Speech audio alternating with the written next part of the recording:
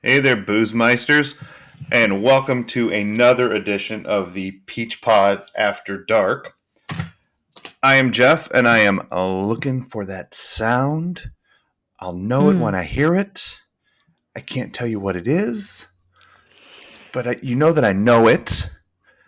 And joining me on the other end of the internet is my host. I'm Leslie, and I'd like to be convinced all over again.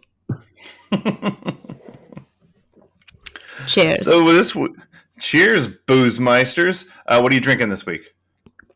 Gin. What else? Straight gin, homie. I like it. Thank you. I am drinking a 2019 Bourbon County brand stout. So, wow. Thumbs up for that. Yeah, It's barrel-aged goodness. So, cheers to you. Ditto. All right, so this week we are talking about the Glenn Miller story. The connection to 90210 is clear. This after Brandon loses his virginity to Cheryl, he dances about to Glenn Miller's song "In the Mood," as one does. Of course. And but that wasn't enough of a connection. So I went looking, and the Glenn Miller story, for those who are unacquainted, is a 1954 biopic of the band leader Glenn Miller, and his life story, and his rise to fame, and his service in World War II, and his spoilers passing in a plane wreck. So, but his wife is played by June Allison, who, when I mentioned June Allison to my wife, said, "Oh, she had the diapers." And you're probably too young for that. But when June Allison this was like the, I don't know, late 80s, I feel like. She did commercials for Depends. And, oh, no! Yeah, but when I was looking it up, it said that her campaign for Depends did a whole lot to normalizing the discussion around elderly incontinence. So, good for June Allison. Yeah, get that work. Yeah. But she also, for our spelling connection, of course she did appear on an episode of The Love Boat. And as did Harry Morgan, who played, what was his name? Chummy. Chummy, or Colonel Potter from MASH. Yes. So in his younger days, a good 20 years before he was in the 4077. I was giddy when I heard his voice, because he doesn't. He's just a more aged version, honestly. He doesn't look that different, but it was the voice. So I went, Colonel Potter. Yeah, I'd forgotten he was in this. I'd seen this movie once in college. I think it was in a class I took that was called From Ragtime to Rap, and it was about music in film. Oh, cool. Yeah, it was cool. And we watched Jazz Singer, which I remember very little of except for the horrible blackface. And we watched this, and then we watched other movies about music in some capacity, and I don't remember which ones we watched, but I do remember watching the Glenn Miller story for that, and having generally fond feelings for it. Who doesn't like Jimmy Stewart? Right. I love him, and I mean, I had to look up the chronology of his work because I went, wait, which came first, George Bailey or Glenn Miller? Oh. And it's George Bailey, but overall it's just Jimmy Stewart, because he has a line at one point where he goes, "I know what I'm going to do today, tomorrow." Very similar. It was exactly the same. I popped at the same moment. I was like, George Bailey right there. I went, Mary? So let's start big and come narrow. How about that? So this is one of the early music biopics that was ever created. Like we said, the jazz singer Al Jolson, that was like 1927, and that was like the first talkie almost. Yeah. And it was a biopic. So this was like an early a form that film took. They did a lot of different kinds of things, and one of the early ones was stories about singers. And I think that that's largely because once you switch from a silent film to a talkie, you want to sing. You want to show off the technology. It's more than just you can see me talking and hear me. It's singing, it's musical numbers, it's all of those things that you can do that you couldn't do when it was no sound. So this is 1954. It's not 1927. It's been a minute, but it's still an early take on the biopic. Mm-hmm. Are you a fan of the biopic? Yeah. The music biopic. Okay. Oh, yeah. And it's funny because now I'm thinking about, some of the movies I'm thinking of, I'm like, well, this is a musical. Or because like Sound of Music, when you think about it, is a music biopic, but it's also a musical. Right. The movie I mentioned about Judy Garland is a music biopic, but also, I mean, you could argue that it's mostly her as an actor, but again, we know Judy Garland as a singer, so right. I would say those are some of the earliest ones that I fell in love with, and it's something that has continued to pique my interest. Yeah. I would also count myself as a fan of the biopic genre, but then I went and I looked it up because I was like, I wonder what I've seen and what I haven't seen and what are the best ones. And I was also trying to sort of failed at finding like a chronology, but I was able to find like a number of things like the 50 best music biopics on Rotten Tomatoes. And so I'm like, how many of these have I seen? Mm.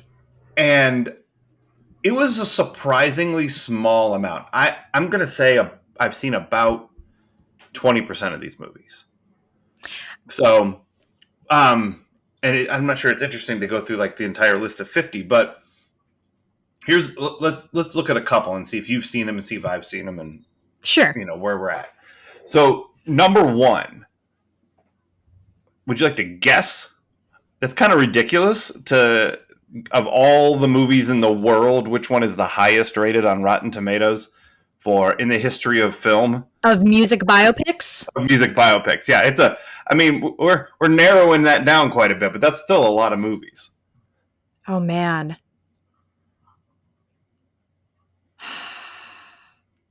I feel like I'm going to feel like kicking myself when you say it, but I'm not sure. You might not. It's What's Love Got to Do with It? Okay, yeah, I would not have guessed that. I have not seen it. I haven't seen it either, but it's like a 97%. And I remember when it came out and it was big and everybody was excited about it, but I never saw it. And that was my first sign where I was like, man, if I haven't seen the thing that's rated number one, there's a lot of things I'm not going to have seen on this. It's not that thing you do? It's not, although that movie's great. It is great. We should find a reason to watch that at some point. I'm fine with that. We're not the Oneaters. We're Captain Geach and the Shrimp Shack Shooters. Surprisingly difficult to say. I'm really happy I got it out. Yeah. So do you have a favorite biopic, music biopic? Have you seen the recent ones? Like the recent ones are stuck in my head. Yeah. Because I really loved Rocket Man. Okay. Like,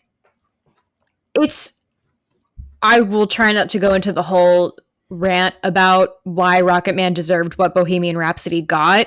Mm-hmm. But, I mean, if you've seen the two, you know one of them is significantly better than the other. And one of them just had better PR. Like, sure. Bohemian Rhapsody, it was good. It's going to be hard to not feel inspired and emotional when you watch Freddie Mercury or Right. anyone portray him. So like that part's great, but the musicality and the storytelling of Rocket Man is so good. Yeah. And It's I so have good. not seen Rocket Man. I have seen Bohemian Rhapsody, but I've not seen Rocket Man. Well, and like Rocket Man 2 is braver in terms of telling in allowing the main protagonist to show his sexuality, whereas Right. I felt like Bohemian Rhapsody was pretty subdued on that. It was. Yeah. It felt like they were like, if we don't talk about it so much, maybe we can get a PG rating. You know, like that kind of like calculus going into it, that kind of thing, which is like Yeah. 100% bullshit. But yeah, they really did downplay Freddie Mercury's queerness. And I'm glad that they didn't do that with Rocket Man. Not at all, which again, I mean, it would be pretty shocking if an Elton John story, you know, silenced the queerness of it, since he was I don't know how out there he was, but I mean his costumes and everything were very much out there. So I feel like Buoyant, yeah. if he wasn't saying it, if he wasn't audibly saying it, he was showing it. Right.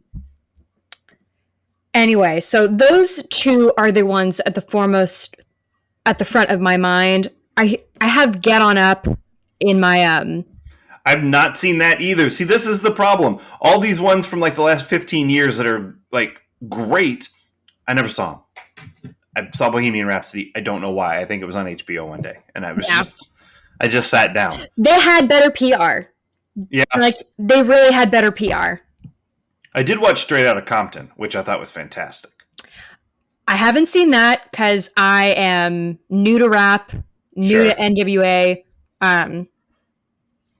Yeah, I was watching that movie and I hadn't paid any attention to the casting of it or whatever, and I'm watching it and I actually put this on Facebook while I was watching it. I said something like, "I tell you what, 90% of playing Ice Cube is having that smile, and this guy has it."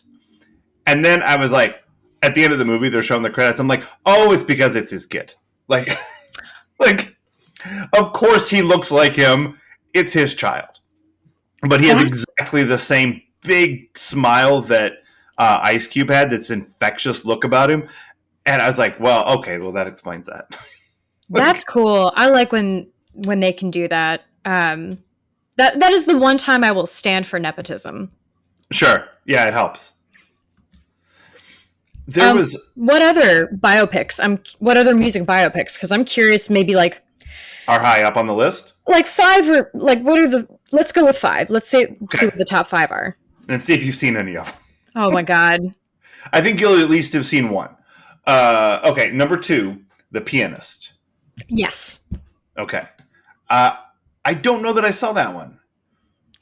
I watched it with my mom. It was the most depressing evening. Yeah. I was confusing it with Shiny McShine, I think. So, which is a Simpsons joke. Yeah. Yeah, I was curious. I was like, where are we going?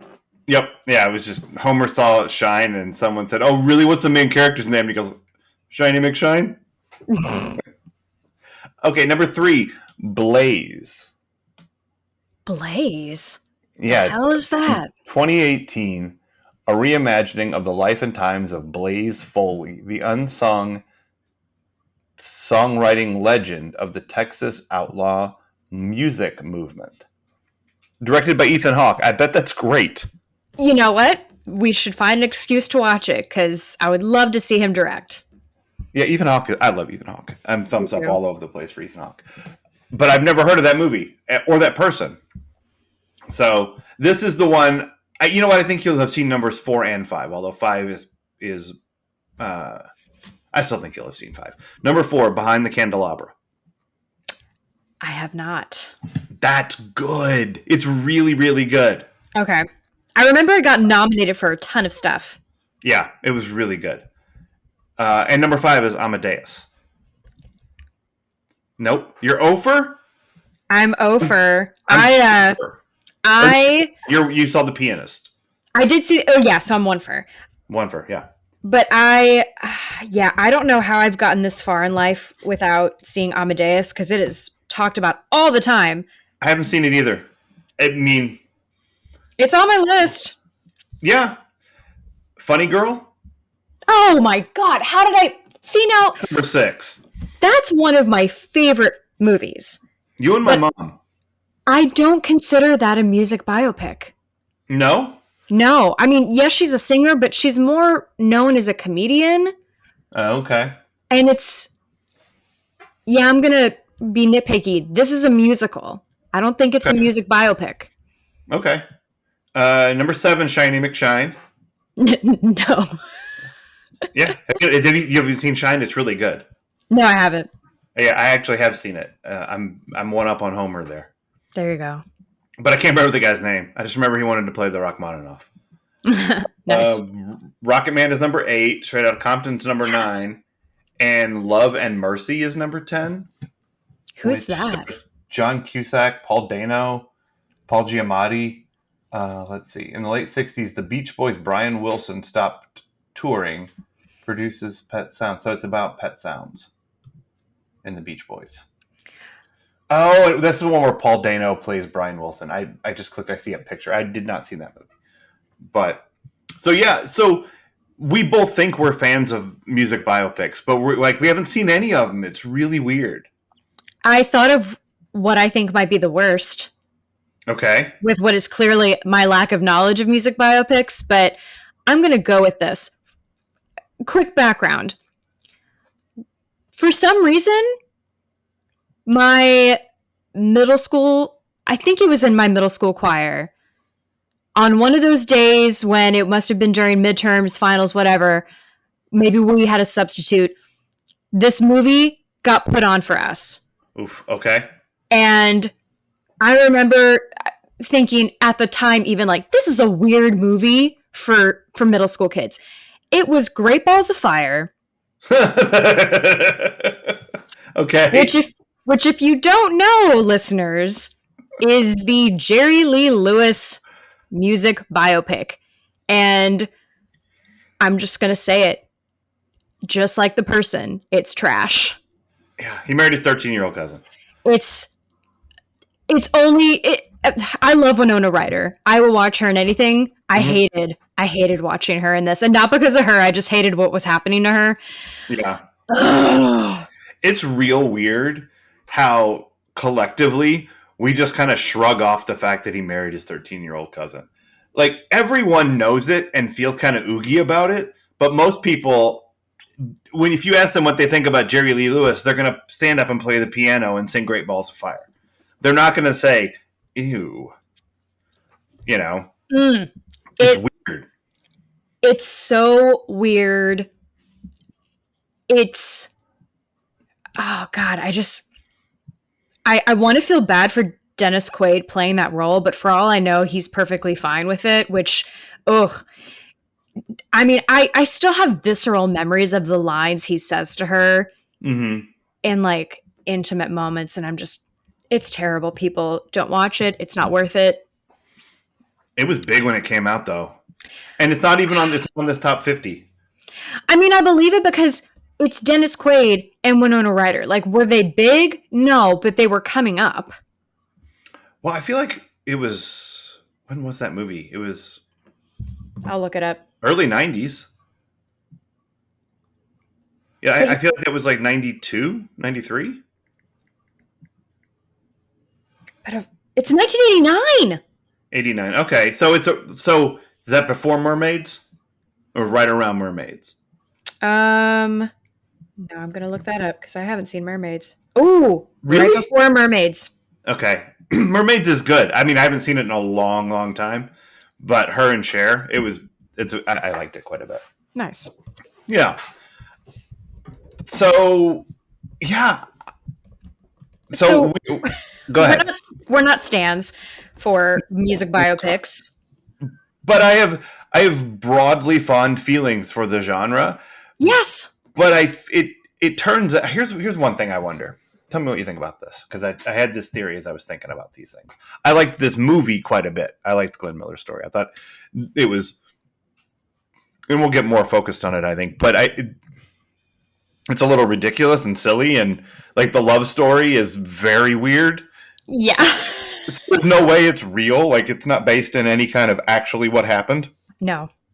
But I liked it, and you sort of shrug off the inaccuracies because you're like, all right, I have to explain a reference because I'm going to use it a lot, like throughout the course of talking to you. Okay.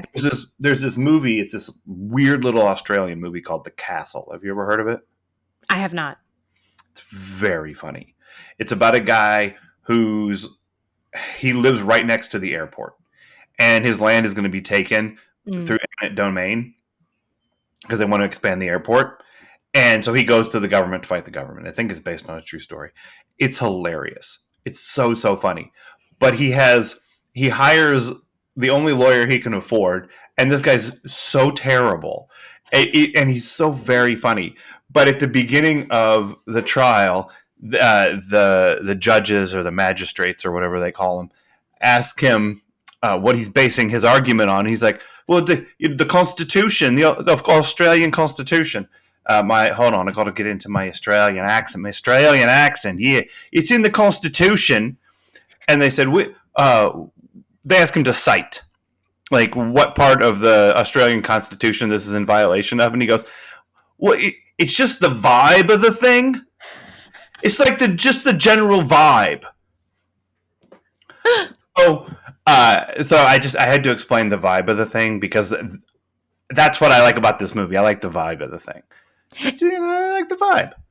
Yeah, because for the last maybe 45 minutes of the movie, it becomes more like I went, this is a concert. I'm watching a concert. But you know what? I'm okay with it. And those are the best parts of music biopics, is where you get to see that song you know. You know, not so much that part early on where they're like, here's where I thought of the idea for Pennsylvania 65000. Remember we were on the phone that time? Yeah. Like that kind of stuff is pretty silly. But you want to see the songs.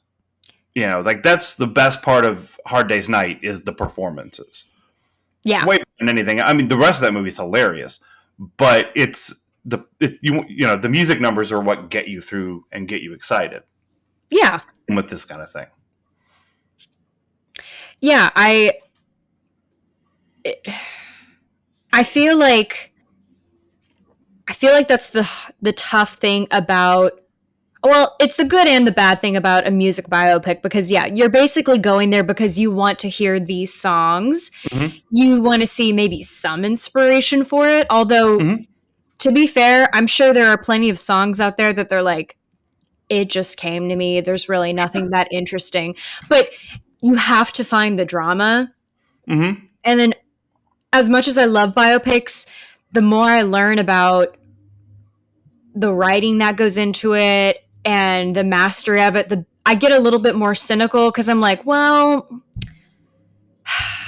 this was probably like the love story in this. You know, I'm watching it. I'm getting, as weird as it is, I'm getting pulled in like, oh, I wonder how much of it is real. And I'm like, it's not real, Leslie.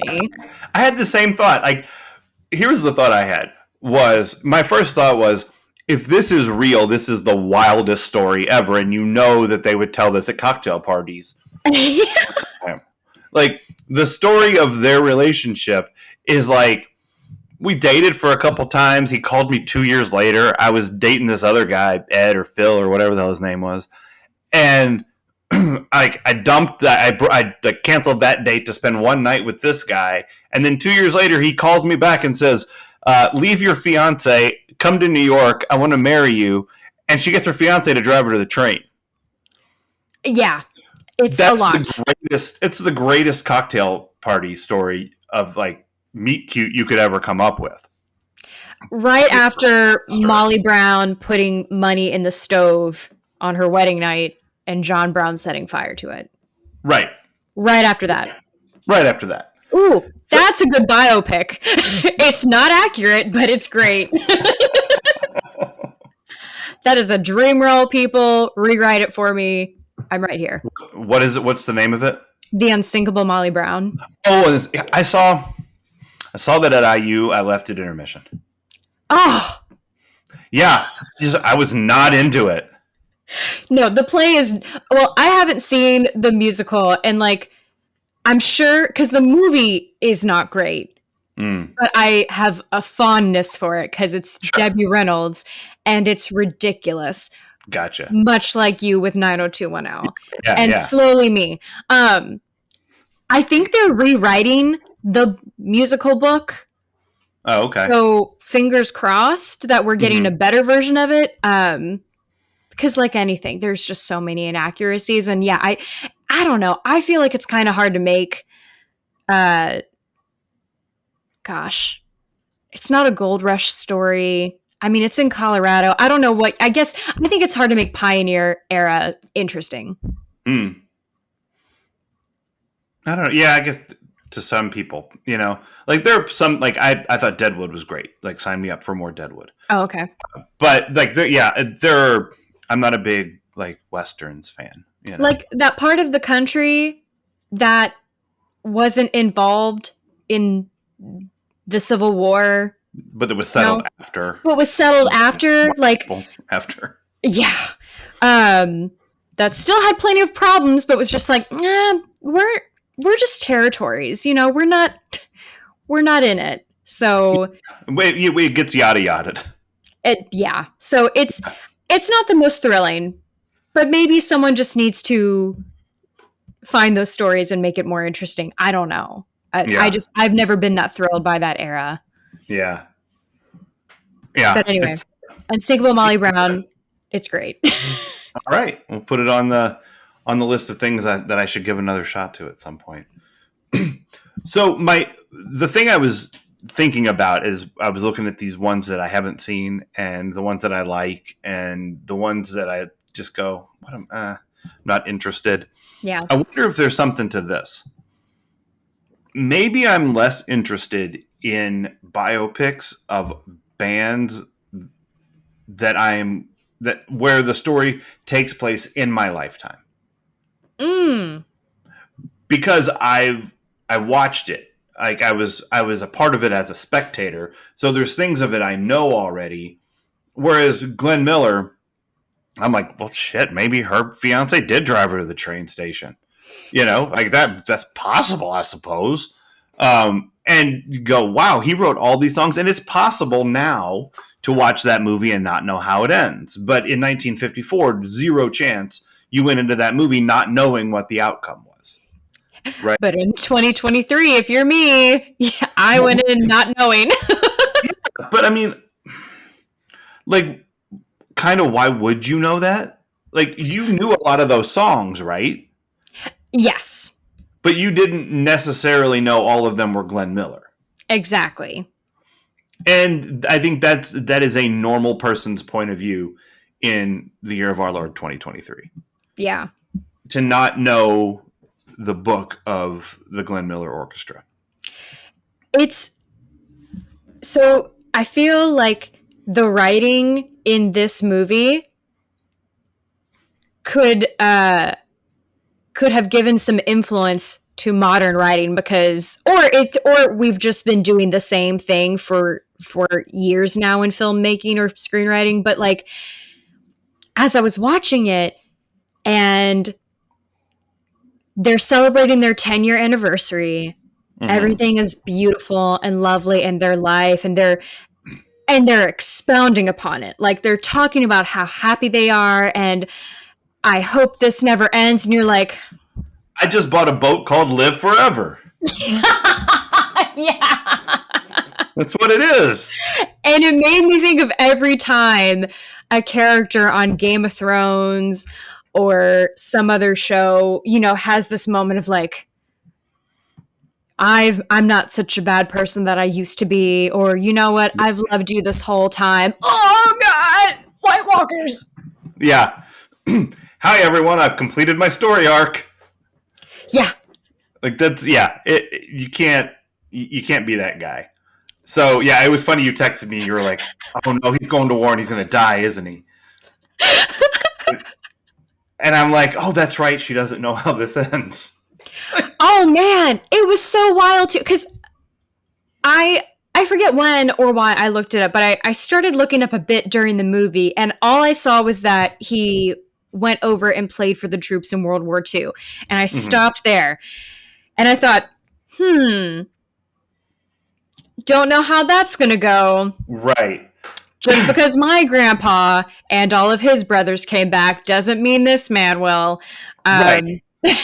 And then the fact too, like, he doesn't just die, he goes missing.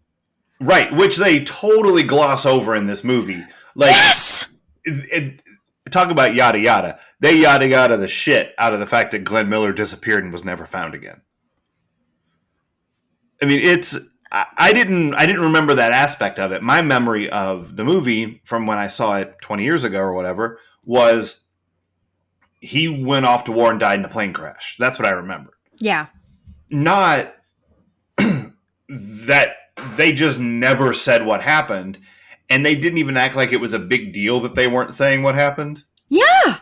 It was just like, yeah, he somebody should probably call his wife. I mean, otherwise, he's got a radio gig tomorrow. That and the miscarriage scene, which I actually thought it was really intriguing how they handled that. I kind of thought that was well done. Yeah, especially for that time period and the way you would tell a story like that was very interesting. And you could be an 11-year-old kid and not have any idea that that's what happened. Exactly. Well, because the minute she said she wasn't feeling well, I don't bless myself with this knowledge, but I was just like, pregnant. Like, it's Hollywood. A woman is sick, pregnant. Because that's the same thing that happens in hospitals. Anyway, but I thought that was really cool. Maybe not cool. I just thought that was really creatively handled. Yeah, I thought it was too. No one wants to hear about womanly troubles. Right. This isn't a story about her. This is a story about him. Yeah. But the fact that they would, I mean, that got more airtime than his disappearance. It did. Yeah, it really did. And that's true. That's a real thing that happened. They adopted 2 kids, I guess, because she couldn't have kids. So I guess that's a real thing. So it's one of those places that they were like, well, we have to tell this part of the story because otherwise you can't say that they had 2 adopted kids without explaining why for reasons. Yeah, I guess. Oh, okay. It threw me for a loop for a minute when she brought home that baby and was like, oh, she wanted to come early. And I'm like, wait, did you have children somehow? Yeah. It was weird the way they did that because it was right in the middle of the series of concerts, and where all you were getting was a different Glenn Miller hit song, boom, boom, boom, boom, boom, and in the middle was like, oh, sorry, lost a baby. Oh, look, we have 2. There wasn't much more going on there, Yeah, and just walking in, look what I picked up at the shop. Right, exactly. Yeah, and then so I was curious about things after watching this. Watching it, thinking, I wonder how much of this is bullshit. And yeah. but also I wondered because I don't know enough about music theory and the evolution of music. I know a lot about the evolution of rock and roll music from Bill Haley and Chuck Berry and Elvis on. I know a whole lot, but I don't know music theory. But I know a lot. I don't know as much about the big band era. I mean, I know some, but not much. So I was wondering if people knew why Glenn Miller was so popular. And was he really a guy who was like, the thing that people always say about Glenn Miller is how he was looking for that sound or, and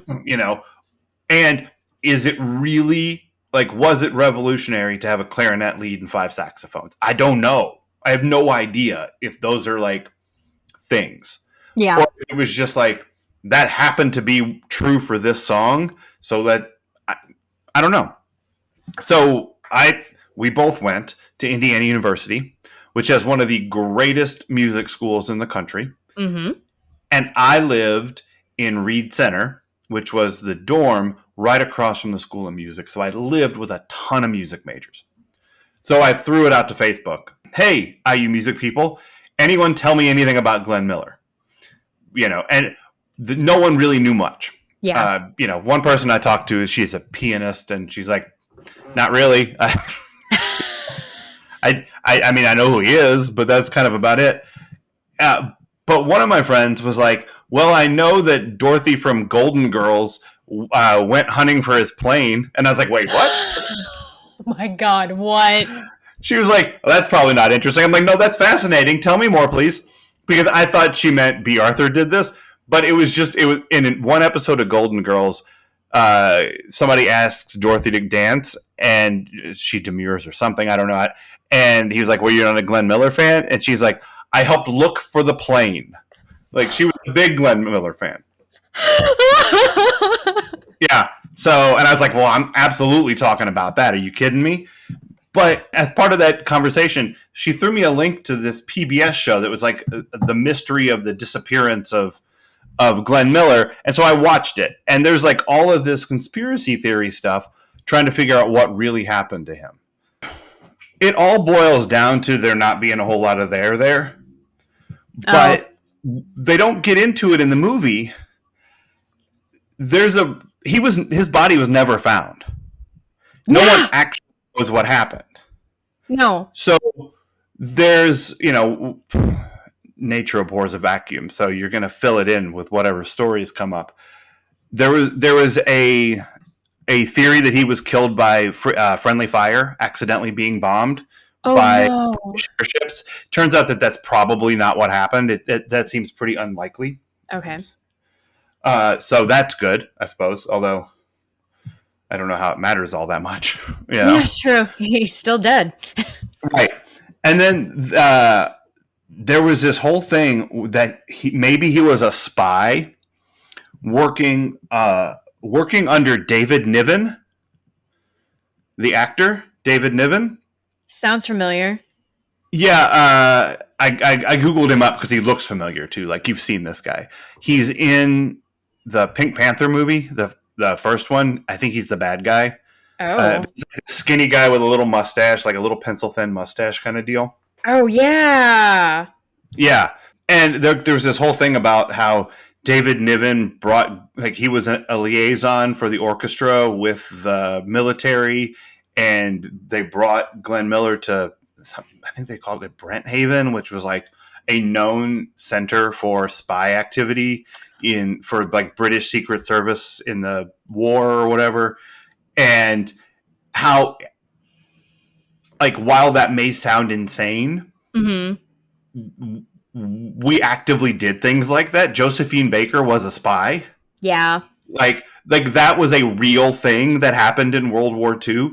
The United States, and especially the United States, because the cultural imprint of our music and movies was so worldwide that a lot could be done just through the endearment of the fandom to that performer to break through enemy lines and, get at the youth of the country you're at war at, and, and fight the war that way, but also smuggle information, that kind of thing. So no conclusive evidence that he was a spy, but we did that shit all the time. And there's a fantastic podcast I'm going to recommend to anyone who hasn't heard it, and I would have to look up the name. Oh, I know what the name of it. I think the name of it was Winds of Change. Ooh. And it's a podcast about whether the Scorpion song Winds of Change was written by the CIA to bring down communism. What? And it's a bonkers story, and I really liked it. So look it up. It's probably a 10 or 11 part podcast. Super fascinating. And they go in much greater detail into things like Josephine Baker and the different ways that the United States in the war effort and the Cold War used entertainers as infiltrators. Wow. So very reasonable that this could have happened. But where they land is pretty much that it was bad weather, an inexperienced pilot flying a plane that had known mechanical issues in the cold. Like it was that specific model of airplane was it was known to have like a problem with the carburetor freezing in the cold and causing crashes and things like this. And no way Glenn Miller knows that, but the pilot did. You know who I just realized is probably to blame? Colonel Mustard. Oh, that's right. What if one of our airmen died? See? I was a war profiteer. That's right. We solved it. We solved it. It's Colonel Mustard's fault. That's right. Call Pennsylvania 65000 right now because turn him in. Man, what a great tie-in. Yeah. So that's where they ended up. That's probably what happened. But all of this other stuff was like, goddamn, people were really digging in on what happened to Glenn Miller, and there still isn't an answer. Like, they still don't know. They think that he crashed into the English Channel because his plane froze up and his pilot didn't know how to, handle it. So yeah, I mean, they showed when he went off into that fog. I was like, really? I know you all are English and you're used to this, but yeah, I don't think this is a good idea. I would be like, oh wait, yeah, we can let this. Yeah, this will burn off. Let's go have a pint. Not you, pilot. But probably also yes, you. Pilot. But unless you have the autopilot ready to go. Yeah, and it didn't seem like the Norseman, which is the name of the plane, had a whole lot of autopilot features going on. No, pretty simple. So that's what they think happened. But I had no idea that there was such a mystery behind it. But you also didn't know he was dead. So there you go. Yeah, I thought he was still walking among us. That's something that I'm realizing as we do the Peach Pod After Dark, that I can't assume prior knowledge. And I do that in the world all the time. I just I assume prior knowledge, but I also don't really care that much. I target an audience of one. If this makes me laugh, I'm good with it. Whatever it is. And if it makes somebody else laugh too, bonus points. So I will make reference to stuff all the time that I don't expect anyone to understand, and I don't really care that much. But it's not new ground for me. But I don't pay attention to it that much. But now there's twice we've watched movies where I'm like, I knew the ending already because I knew the ending already. Yeah. Not because I've seen the movies, although I had, but I knew about what happened to Sharon Tate, and I knew what happened to Glenn Miller, and you didn't know either one of those things. I knew what happened to Sharon Tate. Right, but not to the same detail and that no, kind of and certainly I forgot about the other family. But yeah, you're right. But and I think that's what it occurred to me, that not everyone goes into things with the same starting knowledge. Yeah, which is that's not a earth-shattering realization, but it also provides helpful context. Sometimes where you go, oh, wait, you didn't like that? Oh, wait, this was a totally different movie for you because you didn't know how it ended before it started. Yeah. I was pretty shell-shocked when a classmate a few weeks ago asked, who's Bob Fosse? That hurt, but yeah. I kept it inside. I didn't even bite my fist. I just was like, oh, you poor thing. Did you wipe tears away from your eyes in a very interesting way? No, I did not. I looked at my classmate next to me who is a fellow Bob Fosse fanatic, and we were just like, it's fine. It's fine. Not everyone comes from the same background. Somebody told me that they were going to... Well, it's the same guy who went and saw Sweeney Todd and Merrily We Roll Along. Shouts to Kevin. And he was telling me about that there's going to... Somebody's doing an... Either he's going to see a performance of Cabaret or something's being done with Cabaret now. and I can't remember what it I was. mean, So that's not a something's very always interesting being story. done with Cabaret. It's Broadway's Yeah, favorite revival, and like yeah. I've lost interest because I want to be Sally. So, like every other girl. And I'm sure we're going to edit all this part out, but he also told me that Richard Linklater is filming Merrily We Roll Along over 20 years, the same way he did Boyhood. Stop. Okay. Right? That was my reaction too. I was like, what the what? That sounds amazing. Oh my. See, now, if we had to have Boyhood to get to this, Right. Linklater, I forgive you. I liked Boyhood. It didn't bother me a bit. I thought it was really interesting. It's interesting, but that's all it had for me. And, Sure. you know, yeah, I just, it wasn't for me, and that's fine.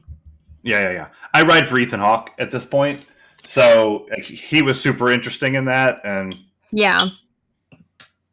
now you've seen the Before movies, right? Oh, yes. Once again, Okay. thanks to you. Oh, that's right. Yeah. I You're mean, going to hear that a lot. I don't think enough people have seen those movies. They're weirdly, for people who are not Gen X, I think the legs of those movies is not what it should be, because they're all three of them fantastic. Well, and I don't know if you've ever watched Insecure, but I feel like there's an episode in the later seasons that feels very reminiscent of those movies, in that it's following a couple just talking the whole night, and it's beautiful. And yeah, I recommend those movies to anyone who's important to me all the time. Yeah, they're so good. I'll even recommend them to strangers. Just like, you should watch it. It's good. You'll like it. I don't even know you. You'll like it. Sir, I'm just making your coffee. I'm just... Yeah, exactly. So this is a Wendy's restaurant. Yeah, you wanted 2 packs of gum or 3 packs of gum? I don't... What... And why are you... What, you're still talking. Interesting. So, what else? Oh, let's talk about the music. Yeah. Yeah. So we talked in our first Peach Pod After Dark about Grease 2 and how most of why it doesn't work is because the music sucks. Yeah. The music in this is so good. Makes you want to dance. And you don't even realize how many of those songs you already know. Yeah. You know, even if you didn't like know the name of it, you're like, I know that tune, you know? And it was like nothing but bangers. Moonlight Serenade was the one I knew outright that I knew. And I loved that one was kind of like his great white whale the whole time. Like he was like, that was the main reason he was chasing that song. It's kind of like Roger and Rent, you know, he just plays the same chords over and over again. Like, what is this going to be? It's haunting me.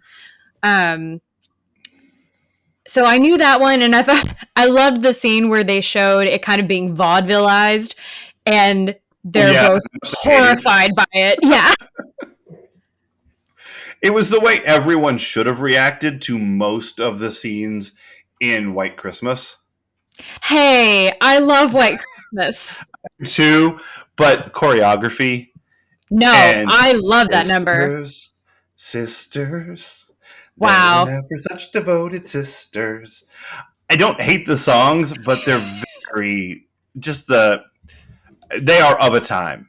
Let's just put it that way. I freaking love choreography. I will fight for that number.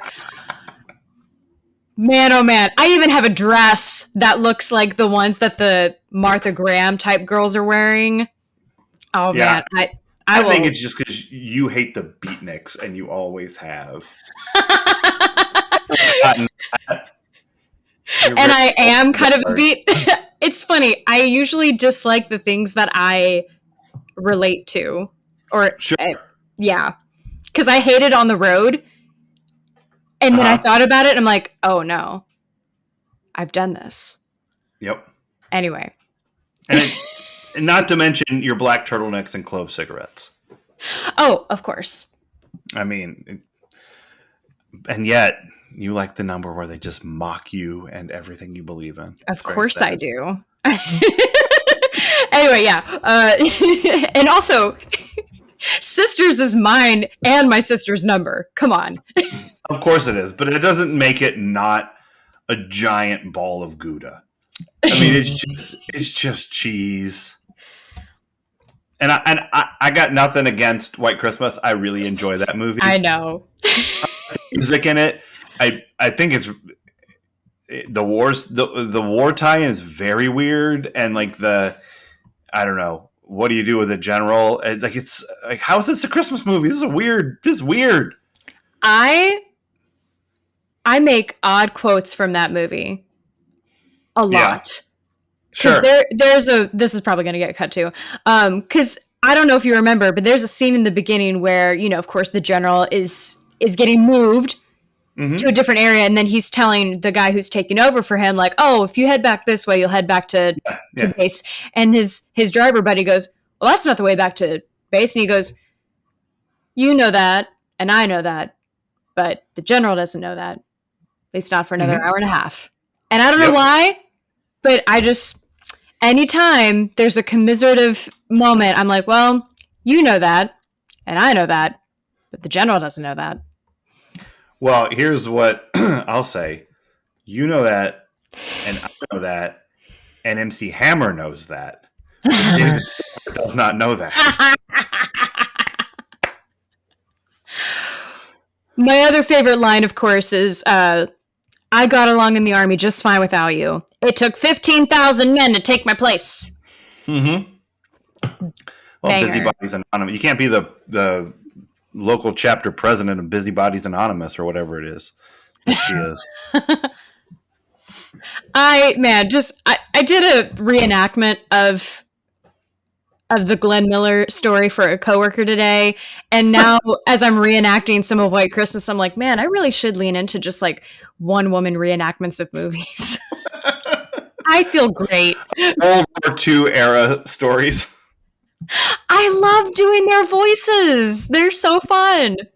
Yeah, that silly Mid-Atlantic thing that they taught everybody to do there for about 20 years was real funny. It was the voice. Mm-hmm. So, Glenn Miller story. We started with the big. We think we like biopics, although we've never seen any of them. Do we like the Glenn Miller story? I think we like the music more than we like the story. Or I like the movie, though. I think it's good. I do like the movie, but I think it is just that. It's a story. I don't know how real.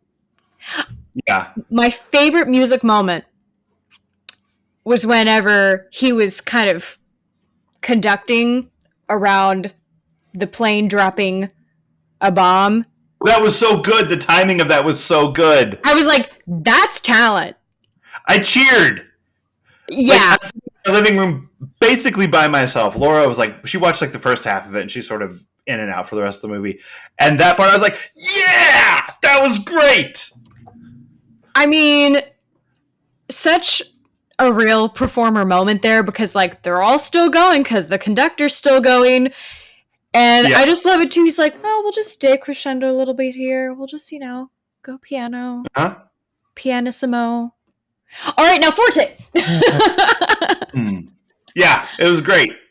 I almost forgot about that, but that was so good. My favorite musical moment of the episode was the Gene Krupa, Louis Armstrong in the club in Harlem. Like, just watching Gene Krupa and Louis Armstrong actually play together was really cool. And even better, a later response to my thing on Facebook from my friend Catherine, shouts to Faith and our friend Catherine, was, I don't know a whole lot about Glenn Miller. I just know that my great uncle Gene Krupa knew him. And I'm like, you didn't know you were related. That's so cool. Oh my God. And I was like, he's in this movie. I'm pretty sure you already knew that. But yeah, she's like, yeah, I knew that.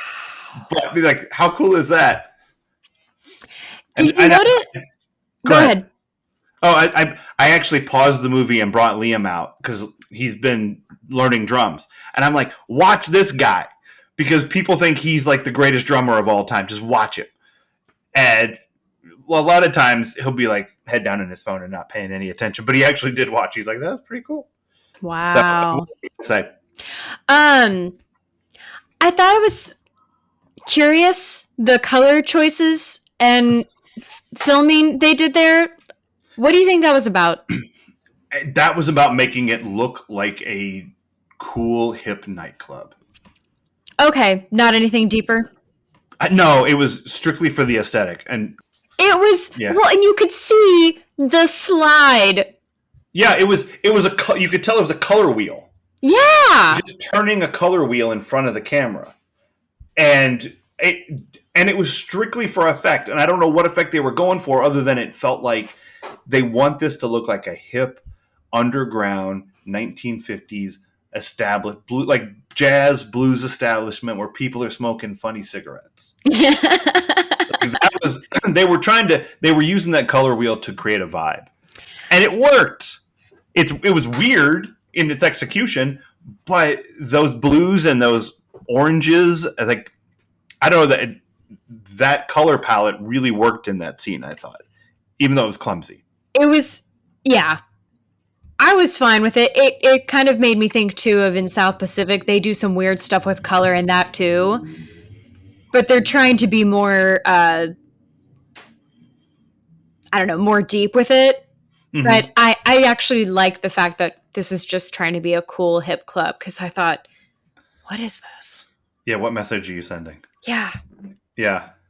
One of the things that somebody said who responded to me earlier today was, I don't know a whole lot about Glenn Miller, but I'm pretty sure he borrowed a lot of his influences. And I'm like, oh, that's 1,000% what happened. Because he was a white musician, and that's how that worked. Like most people. I want to say back then, but I mean, let's face it, a lot of that hasn't changed much. No. And that's the roots of all that music is, I mean, in some ways, the Glenn Miller story is the Elvis story. Mm-hmm. You know, it's the white guy who took music being played by black people and made it popular in white households. Yeah. But Glenn Miller did it 20 years earlier, or 10 years earlier, you know, early 40s to mid 50s. But it's the same move.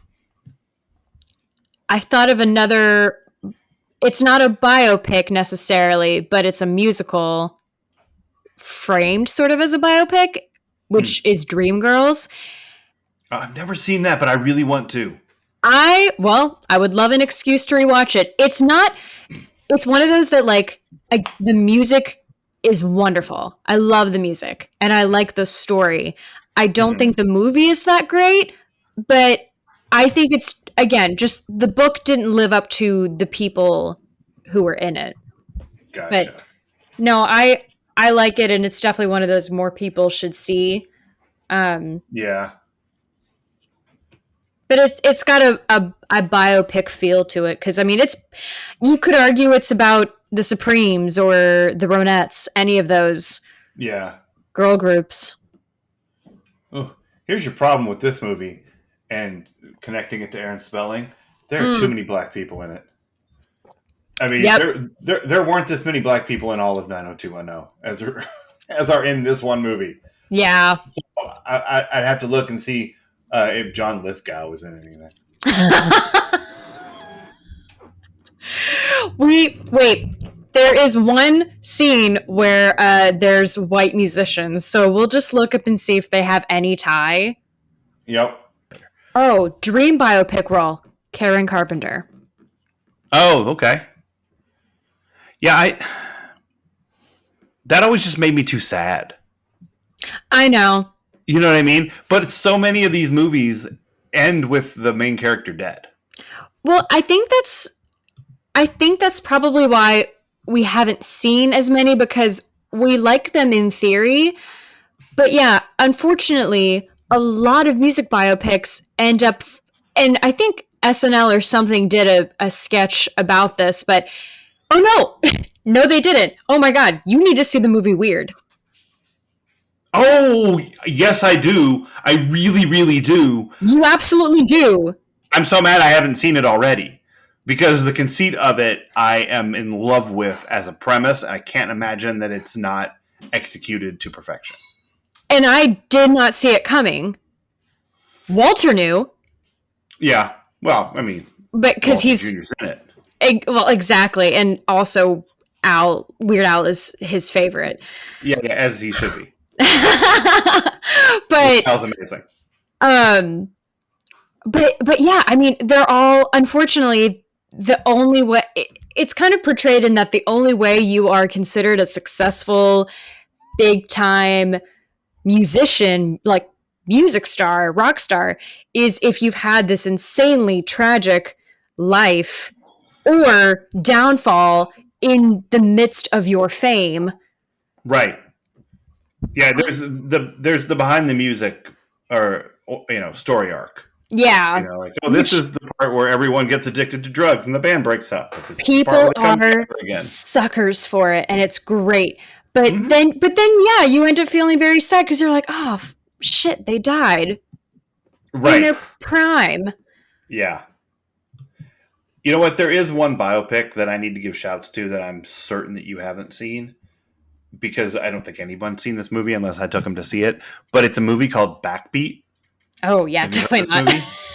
It's a movie about the early days of the Beatles when they were in Hamburg. Ooh. Yeah, and it stars Professor Quirrell as John Lennon. He's a great John Lennon. Ian Hart is a great John Lennon. He's really, really good. And your boy Stephen Dorff, I'm assuming he's your boy. Your boy Stephen Dorff plays Stu Sutcliffe. And Cheryl Lee from Twin Peaks plays Astrid. And it's great. I love it. I love it so much. And it's, there's also sadness, Stu Sutcliffe does not meet a happy end. So, it fits the biopic formula. But yeah, I really, really liked it. It came out, I think, in 93 or 94. Why is Stephen Dorff my boy? I'm sorry. I just looked up this man. I don't know. You don't know who Stephen Dorff is? No! How do you not know who Stephen Dorff is? Stephen Dorff's your boy. Is he? Yeah, I think so. I don't know this man. He should be everybody's boy. Wait. Oh, he's in Blade! Yeah. I knew there was something you'd know him from. I just didn't know which of those things it would be, Surprisingly, it's Blade. Huh. I know, we're just doing a lot of looking at IMDb tonight. That's okay. So what happens when you like biopics in theory, but in practice you've barely ever watched any? Whatever. We just... I like this one. I like this one, and also I'm okay with the fact that, like, we say we like them, but we're not like these other fans anymore who say when they like something, they hardcore have seen everything, know everything. Like, no, I like being a laid back fan of some things. I mean, again, I've seen 90210 like 40 times. So, and there's 299 of those episodes. I mean, that's me with Dawson and Boy Meets World. That's me with The Office. Like, the reason I haven't seen so much, I mean, I've seen a lot, but the reason I haven't seen more is because I rewatch a ton of stuff, because depression needs that, people. It needs the feed, yeah. You need the feed of something familiar. I get that. I completely get that. And I've watched this a million times. The Simpsons, Buffy, X-Files. Like, I've gone round and round and round on lots and lots of shows. Yeah. As a consequence, perhaps, I haven't seen every music biopic that's ever been invented. But I also am not super driven. But this one I like. This one's a good one. Yeah, this is a good one. And I don't know. It brought me back to... It's so much the kind of stuff I would have, like, mom and dad would have rented for me. Sure. Like, they were always renting stuff like this. Like, it's so funny how I feel like kids watch more stuff only geared to kids anymore, whereas, like, is that what I watch during the day? yes, because mom and dad were doing stuff and like you fend for yourself, but we don't have cable, so here's the only stuff on. But like when they rented movies, they wanted it to be something that we could all watch together and that wasn't going to drive them nuts. And if it wasn't a Disney movie, it was an old musical or old movie because those were all made for family. Right. Yeah. We had a lot of those, but what we had more than anything was drawers and drawers and drawers of VHS tapes that we would slam into the recorder and basically record the entire weekend anytime we got a free HBO or Showtime or so. Most of the movies I grew up with are because they happen to air during a free weekend on any of the pay TV services that we were not going to pay for. I love that so much. Yeah. So I short circuit and Space Camp were on the same tape. I wonder. There's that kind of memory of it, I wonder if I could, like, if you put an old TV with VCR built in front of me, could I still figure out how to record it? Because the day I learned how to record TGIF when we were going to miss it was epic. Because mom and dad would make me go to football games. And I was like, but TGIF! You can tape it. Oh, okay. Yep. Yeah, I recorded a lot of The Cosby Show. Yep. Like, a lot. And we didn't erase them. We watched them over and over and over and over again. A lot of things TV shows we would tape and then tape over. Cosby Show we held on to. We held on to Mary Martin in Peter Pan. Sure you did. I don't know. That? I don't know when they recorded that. The only reason we don't have it anymore is because I'm going to throw her under the bus because Ashley recorded over it with her damn soap operas. I was so hoping that sentence was going to end with the word wedding. No! Over it with her damn wedding. No, with stupid General Hospital. It'd be better if you were still angry that she recorded her wedding on it. Yeah, I know. She's going to listen to this and be like, what? When? She's not going to listen to this. Actually, she might. She loves musicals, so she might be interested in Glenn Miller's story. Well, there you go. All right, so I think we did whatever it was we did tonight. Yeah. So, did we agree on next week's? I can't remember. I posited something, but I don't know if you were like, yes, we should watch that or not. Oh, is that the sports one? Yes.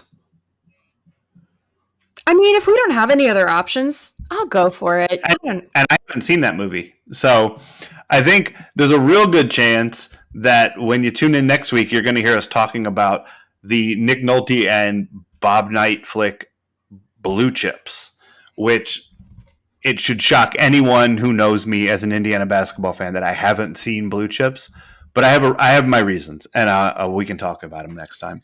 Wait, so is Bobby Knight actually in it? He is actually in it, and so are many Indiana basketball players, which is why it's shocking I haven't seen it. But when I tell you why, I think you'll understand. Even if you think I'm nuts, I think you'll understand. So I will finally be able to one-up my parents about IU basketball. You don't think they've seen Blue Chips? I bet your dad. I bet your dad has seen Blue Chips. Well, he can't really tell me if he has. So it's true, but I bet he's seen it. I will ask. I guarantee you, if he has, he does not remember. I don't know. It was in the early 90s, and it was Indiana basketball related. Oh, man. Okay. I think there's a good chance your dad saw that movie. It's 8:46. Knows. I'm going to call my mom right after this, and she's going to be like, what's wrong? And why is this what you're calling me about? Because it's important, Mom. Duh. It's for the podcast. That's right. All right, kids. Well, Boozmeisters, we will see you next week. And until then, cheers. Cheers.